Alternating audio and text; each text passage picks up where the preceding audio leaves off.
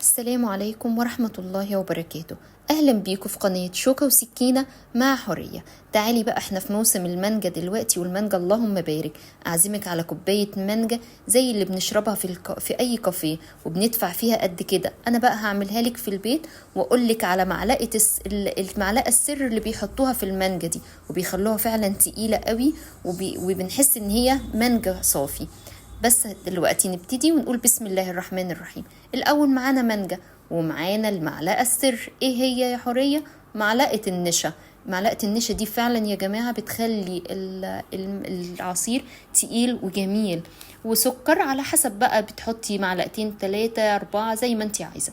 ومكعبات تلج. ونسمي الله ونقول بسم الله الرحمن الرحيم ونبدأ العصير. هنحط المانجا في الخلاط، وطبعا ميه يا جماعه عادي، مفيش فيها جديده يعني. هنحط المانجا وهنحط بقى معلقه النشا.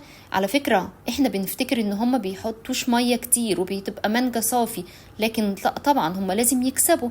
احنا بقى هنحط مانجا ونحط معلقه النشا وهنحليه بالسكر زي ما احنا عاوزين، وهيطلع ما شاء الله الله اكبر. وهنشوفه مع بعض دلوقتي. بعد كده هنحط مكعبات التلج، برضو دي بتخلي المانجا وهي بتنضرب بتخليها قطع. يعني المانجا بتبقاش سائلة قوي، فبتبقى تحس ان انتي بتاكلي مانجا كده. بعد ما ضربناها في الخلاط، شايفه انا جايبه لك منظر الخلاط قبل ما اصبه في الكاسات. حاسه ان هو تقيل، حاسه ان هو رغم ان احنا حاطين تلج وحاطين ميه، بس برضو حاساه جميل وحلو. وعلى فكره يا جماعه انا ما عملتش غير هما منجتين 2 بس، وما شاء الله عملت كل الكميه دي. هنصبه بقى، شوفي كده ركزي معايا واحنا بنصب المانجا، حاسه ان في حتت نازله معاكي، دي حتت مانجا يعني.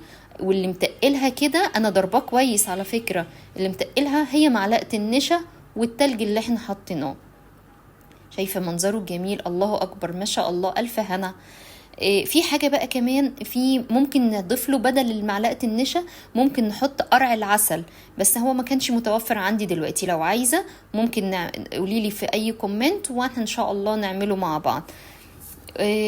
قرع العسل بنجيبه ونسلقه عادي مع شوية سكر ونص كوباية مية ونضربه مع المانجا. ده بيزود القيمة الغذائية وما بيديش طعم على فكرة للقرع خالص، بالعكس طعم المانجا هو اللي بيبقى غالب.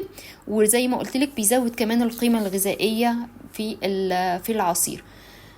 حاجة كمان بس عايزة اقولك، لو انت هتعملي مانجا زبدية خضرة بنقشرها وبنشيل بنرمي القشر. لكن لو هنعمل مانجا صفرة اللي هي السكري او كده، بنعملها زي ما هي بالقشر بتاعها، ما بنقشرهاش، بنغسلها كويس وبنعصرها بنضربها بالقشر بتاعها. ولو عجبك بقى الفيديو، ولو عجبك العصير، لايك بقى للعصير ولايك للصفحة وسبسكرايب وشير، والف هنا على قلبكم.